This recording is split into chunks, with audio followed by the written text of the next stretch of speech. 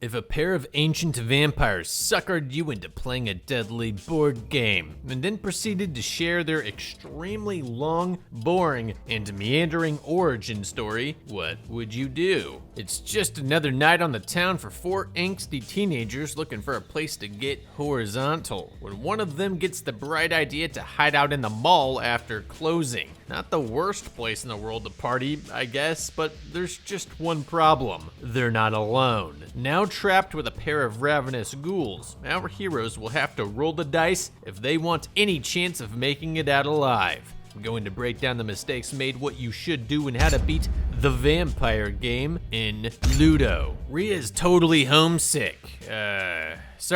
She's sick of being at home. Fact is, she and her mom just don't see eye to eye. Something I'm sure many of us can totally relate to. Seriously though, why can't parents just be chill and let their inexperienced offspring pass out drunk in the gutter whenever they want? Instead, they have to be all lame and ask all sorts of ridiculous questions like, where are you going? Who are you gonna be with? And when are you gonna be back? As if anything bad has ever happened to a young, impressionable girl riding double on a motorbike with her wasted dirtbag boyfriend. It's all just fear-mongering. Also, on an entirely unrelated note, I'm getting into the mortuary business, so if you or a loved one dies horribly in the near future, leave a comment below and we can discuss rates. Anyway, if I haven't laid it on thick enough, the preceding segment was all sarcasm. Obviously, Ria doesn't want to explain what she's up to because her mom will try and put a stop to it, but just because you're doing something dumb doesn't mean you can't be smart about it. I mean, there's gotta be someone in her life that she can spill the details to in case things go awry, right? Another friend or trusted relative? You know, that way when she fails to turn up in the morning, someone can tell the cops which abandoned quarry to fish her body out of. Well, whatever. The good news is that she won't be going alone. Joining Ria on this exciting night out is her best friend, Pale. And since Ria's mom saw them leave together when she stormed out of their apartment, that gives her at least some idea of what's going on. Unfortunately, that still doesn't shed much light on the situation, as even the girls have no idea what the plan is. After meeting up with their respective boyfriends, Pele and Babai, the gang set out to book a hotel room for the night. Turns out this is easier said than done. Apparently, it's illegal for couples to share a hotel room in India, unless they're married. This is mentioned by at least one of the clerks that shoots them down during their search. It is also what I found during a brief Google search. That said, Eastern fornication law is hardly my forte, so if this is inaccurate or there's some nuance here, please feel free to educate us all down in the comments. Ultimately, this is hardly an obstacle if you're willing to get creative. And by that, I mean use your brain in the slightest. Just send the girls by themselves to book a room for the two of them and then have the boys trickle in one by one a couple hours later. Ria or Pale could even go back out and slip them each a key in case they needed to use the elevator. I mean, just think about it. Unless the hotel never changes desk clerks ever, it's not like the person manning it's gonna immediately know whether the person walking in already has a room or not. Just keep your chin up, shoulders back, and look entitled. You'd be surprised how far that'll get you in life. Unfortunately, the thought seemingly never crosses any of their minds, and so the gang continues descending down the local hotel tier list until they hit a letter that hasn't been invented yet. Not only is this place a complete and total dump, they can't even keep the lights on. And apparently, the clerk is so unaccustomed to guests showing up, he doesn't even realize they exist. So, yeah, let's leave. No, for real, I get these punks probably intend to spend most of their time in the dark anyway, but if they can't pay the power bill, just imagine what else is messed up in here. Might as well just find a McDonald's bathroom at this point. It'd probably be a lot nicer anyway. And yet, for some reason, the gang decides they need to follow the innkeeper deeper into the inky black darkness of his domain, which is naturally where things start getting all sorts of creepy. Hey, that's what you get for peeping, man. Seriously, for a bunch of people looking for privacy, you sure don't seem to respect everyone else's. Oh well, at least the bizarre encounter was enough to get them out of this hole before someone caught typhus, or worse. Something about the way that creepy chick was crackling around and drinking human blood just wasn't quite right. Let's just hope that that was the last we see of her tonight. As for our heroes, they decide to take a step back and think things through before hitting up any more roach coaches. And what better way to do that than by heading down to the local watering hole and getting completely plastered off cheap crappy booze. It is only then that Pale gets the brilliantly stupid idea to hide out in the nearby shopping mall until after closing, at which point they should have the run of the place. Now, obviously, to an idiot, anything sounds good. Plus, add alcohol to the mix, and that's how you wind up with an M16 tattooed on your forehead. The problem with this plan is that there's no way she's the first person to think of something like this, especially in a country of 1.4 billion people. I mean, come on, do you honestly think the mall owners never thought someone would try something like this? It probably happens once a night, and I'm sure they have some kind of security detail in place for that very reason. And even if they don't, what kind of people are most likely to sneak into a business after hours? Thieves, that's who. Certainly not the kind of folks you want to be locked in with in a pitch black concrete box. However, in this specific case, it really does seem like the gang is actually alone in this place. We'll see how long that lasts. For now, it'd probably be a good idea to locate any emergency exits we can use to bail once things go horribly, horribly wrong. In all likelihood, the mall's main doors were locked by the staff when it closed, and the last thing that we want is to get trapped in a corner after one of our dumbass inebriated friends sets the place on fire or something. Also, it could help us make a quick getaway in the event that there's a night watchman prowling around in here. After all, Rhea and company aren't exactly keeping a low profile. Not sure why the first thing that they think to do after finally getting some alone time is set up a foot race, but I guess they figured they got all night. Whatever the case, Bye-Bye handily claims his first prize, as well as first base, at which point the defeated male leaves to find the bottle of rot gut they brought along. Ah, yes. Nothing says quality like an old Aquafina bottle full of lukewarm brown liquor. Still probably better than McNaughton's though. After retrieving their party supplies, Pele starts walking back to the others when a strange rattling sound draws his attention to a dark figure standing around menacingly at the end of a nearby hallway, to which he reacts correctly by not engaging and attempting to flee immediately, although that turns out to be a bit more difficult than he might have expected. Damn. I was kind of hoping for a cartoonishly perpetual fall down the up escalator. Honestly, seems like something Art the Clown would set up, although with a lot more stabbing and face eating. Don't let me down, Terrifier 3. Anyway, the good news is that Pele makes it back to his friends in time to let them know that they're not alone, which is exactly what he doesn't do for some reason, despite being scared enough to go running for his life. Seriously though, how are the first words out of your mouth in this situation not, "There's someone in here, we need to go"? Furthermore, since whoever it was seems to have control over the mall's systems, there's a good chance they work here as security, and that's if they're lucky. For all they know, this is some kind of evil blocking robot sent back from the future to keep the resistance leader from ever being conceived. And even furthermore, what the fuck? Bro, now is your chance to be the hero by warning everyone about the potential danger, thereby getting Rhea all hot and bothered and helping her forget about how much you suck at running. Besides, everyone knows a little tear is a total aphrodisiac. Why do you think I review horror movies for a living? That being said, it doesn't appear to be totally necessary. As it turns out, Rhea was already on board from the moment she first hopped on the motorbike. But of course, that doesn't change the fact that there's at least one Lurkatron prowling around the mall who is almost certainly going to turn your little cuddle puddle into a spectator sport. And sure enough.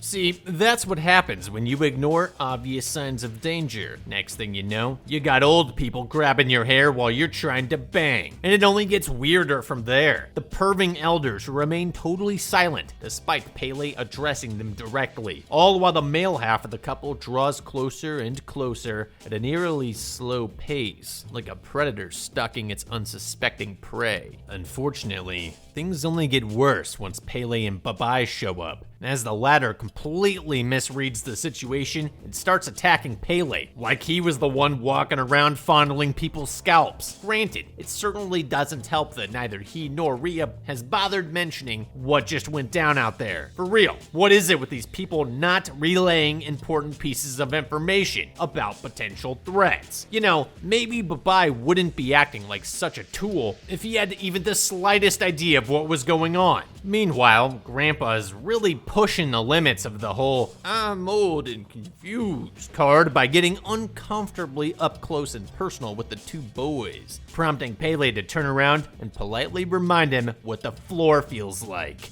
Hey! Habis lagi. Jangan takutan. Oh, so you can talk. Well, then you mind explaining what the fuck you were doing to us a minute ago? Sneaking up and grabbing someone mid-smooch is not how you ask for help in a survival situation. Not that this even counts as one. You're stuck in a mall, for Christ's sake. Just find a furniture store, clunk out on one of the beds, and pester someone in the morning. Also, maybe it's just me, but aside from the gray hair, neither of these freaks really look all that old. Just a little dried up. Almost like they were left out in the sun too long or something. Whatever the case, they made it this far. I'm sure they'll survive without us. That is to say, let's all GTFO before they trap us in a lengthy conversation about the good old days. If we're really that worried about their well-being, we can call the cops once we're long gone and tell them it sounds like someone's trapped in the mall. Instead, the gang decides to hang around and babysit these geezers until morning, which I'm sure is the last thing any of them thought that they would be doing tonight. Luckily, they won't have to sit around staring at each other in awkward silence all night, as it seems the old couple came prepared with a board game, Ludo, to be precise, hence the title of this disaster piece. However, it turns out this is no ordinary Ludo set that we're dealing with here. For starters, the markers, dice, and mat have all clearly seen better days, but beyond that, something about this gem in the middle seems to almost compel Rhea, Pele, and Babai into playing, placing them in a trance-like state as they wordlessly move their game pieces around the board. Hypnosis aside, things pretty much progress like a normal game of Ludo. That is, until the old hag commands Rhea to kiss Babai after burning one of his markers, and then she decides to have a go at him herself. God damn. This is my kind of game. Oh, hang on. I'm being told that this isn't actually how Ludo's supposed to be played, but like, why not? Just look at how much fun they're all having right now, especially Babai. Well, whatever. On the positive side, all this excitement was enough to shake Rhea and Pele out of their trance long enough to make a run for it. Meanwhile, Pele just had her own frightening encounter with the old man in the ladies' room, and the sight of her boyfriend getting his guts ripped out by a geriatric is more than enough to get her on the same page with everyone else. Unfortunately, the girls make the fatal mistake of listening to Pele, who warns them about the escalators before leading them straight into a nearby elevator. Like, I get you had that bad experience earlier, dude, but just think for a second. If you know these freaks are able to manipulate the lift systems in this place, why would you get into an elevator where you have even less control of your own movement? At least with the escalators, you could run down or slide down the rail if they try screwing with you. Now, they could easily just call you down to whatever floor that they're on and tear you to shreds while you have nowhere to run. That is assuming they don't rip you apart with your own loose clothing before the doors even close.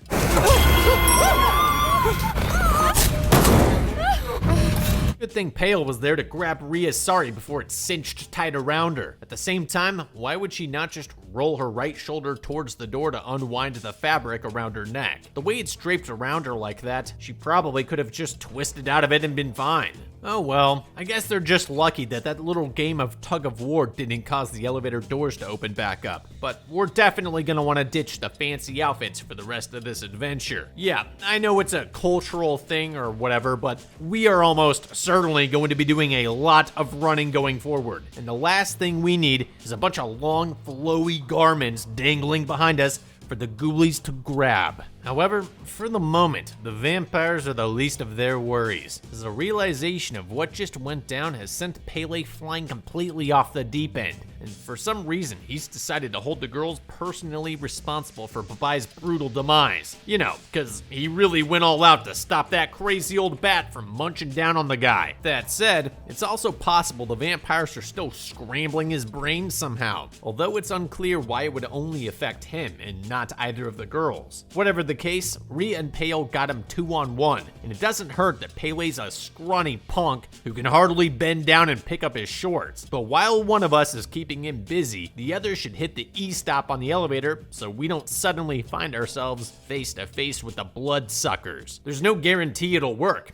given the vampire magic seems to be controlling the lift mechanism, but it's worth a shot. And while we're at it, it'd also be worth hitting the call button in the hopes that it connects us to a monitored service and not just the building's maintenance office. Speaking of calls, we also have our cell phones that we can use to dial 112 and hopefully get some help on the way, although it's hard to say whether they'd even work in the elevator shaft. Yet another reason why getting in the death trap was a really bad idea. Still couldn't hurt to try though. At the very least, we'll want to keep the number queued up on the dialer so we can get an SOS off the second we have service. Unfortunately, that's not likely to be a thing down in the building's basement, which is where the elevator ultimately comes to a rest. And yeah, fuck that. I know Pele was just trying to kill us and everything, but I'd rather be trapped inside a small box with someone I know I can take than left to stumble around the dark, danky underground lair of a bloodthirsty monster. I mean, if anything, Rhea and Pale should throw his ass out into the darkness and take the elevator back up themselves. Instead, they decide to make a go of it in this hell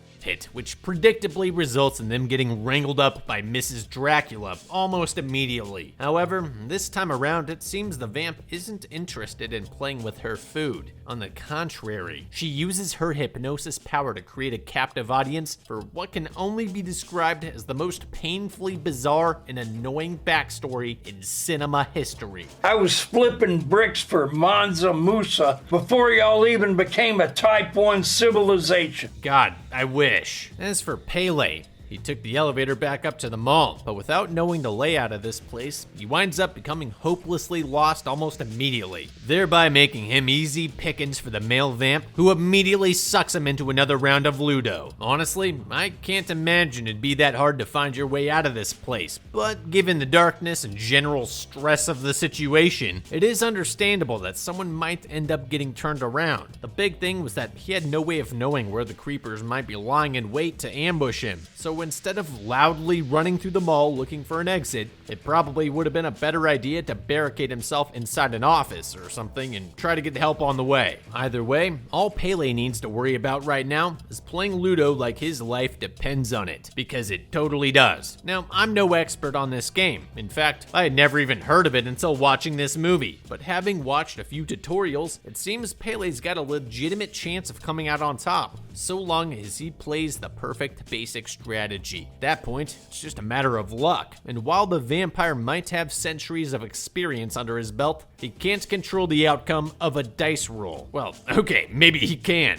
But what's the point of even playing if you're just gonna cheat anyway? Might as well just gobble them up and get it over with. So yeah, the object of the game is to get all 4 of your pieces out of your base, around the board, and into the middle before your opponent does. Although, in this case, making sure he doesn't send one of your tokens back to base is just as important as winning, as apparently it allows him to eat you. In that case, we'll want to play rather defensively, although from what I read online, we'll still want to prioritize burning our opponent's markers whenever possible. Plus, then maybe we can eat him and take his vampire powers for our own nefarious purposes. Anyway, there's only one direction of travel that everyone follows, and you can only burn one of your opponent's pieces if your roll lands you directly on it. That is, unless it's sitting on one of 8 safe zones spread across the board. If your piece is on one of these zones and the opponent is coming up from behind you, it's best to camp there and wait for them to pass in hopes that you might be able to take them out later. Otherwise, you want to always make sure your tokens are always more than 6 paces ahead of your opponents, as this way they won't be able to land on yours in a single roll. roll. The caveat here is that rolling a 6 gets you an extra turn, so it's technically possible, albeit very unlikely, for them to knock you out from as far as 12 paces away. For that same reason, you only want to pass your opponent's markers on the 6 roll, so that you can get another roll to create some buffer space. Also,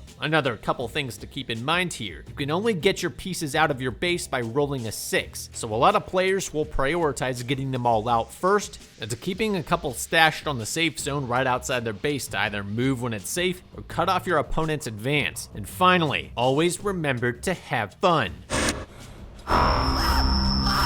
Sucks to be you, dude. Then again, being dead is probably a lot better than listening to what's-her-name's ridiculous story for 40 goddamn minutes, especially with that carton-a-day voice she's using. God, let me give you the spark notes. Eons ago, these vampire people, who it turns out are brother and sister, found this magical flute thing that was actually a key, but also a flute, and they used it to open the lockbox containing the evil Ludo game board. Apparently, they were put in the same kind of trance as Rhea and friends, only instead of eating each other, it led them to having a secret tickle time, which their father was unfortunate enough to walk in on. And out of what I can only imagine was a mix of disgust and disappointment, he placed a curse on them before carving himself a second smile. This then led to the brother and sister duo becoming functionally immortal, even though their bodies continued to wither and age as years went by. Despite their best efforts, they were unable to end their suffering by their own hands. Not sure if they ever tried burning or otherwise destroying the game at any point, but if it were me in this situation, I would have definitely given it a shot.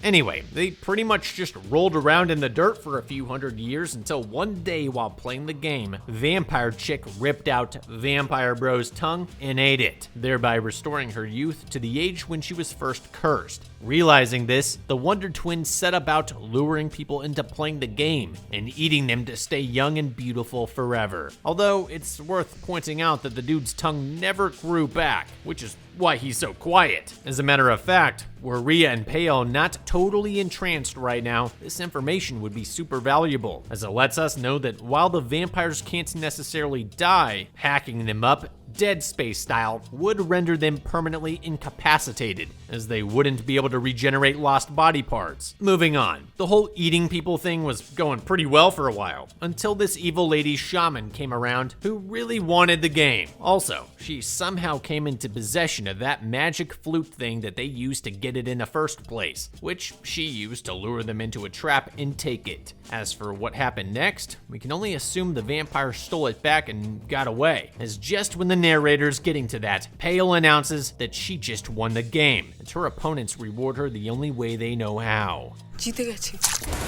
Gross. And with that, I guess Rhea and Pale get to go be vampire prostitutes now, or something? I don't know. That seems to be what the end sequence alludes to, as Pale goes to a hotel with a random dude acting all sly. Honestly, I'm just waiting for everyone to start dancing at this point. Also, it turns out that evil shaman lady from a million years ago is still alive, and is currently proliferating Ludo game boards to send out into the world. So if anyone tries to trick you into playing, maybe just play checkers instead. You know, unless there's some deep lore about that game out there turning people into werewolves or something. I don't know, man. Where's the Tylenol? In the end, only Pale and also probably Rhea made it out alive. However, had Pele bothered opening his mouth and explaining all the weird, freaky shit he saw leading up to the initial attack, there's a good chance everyone could have gotten away before things got crazy. Of course, once the vampires revealed themselves to be feasting on Babai, they could have just run until they found the nearest exit and hauled away on the motorcycles. For that reason, I think Ludo was beat.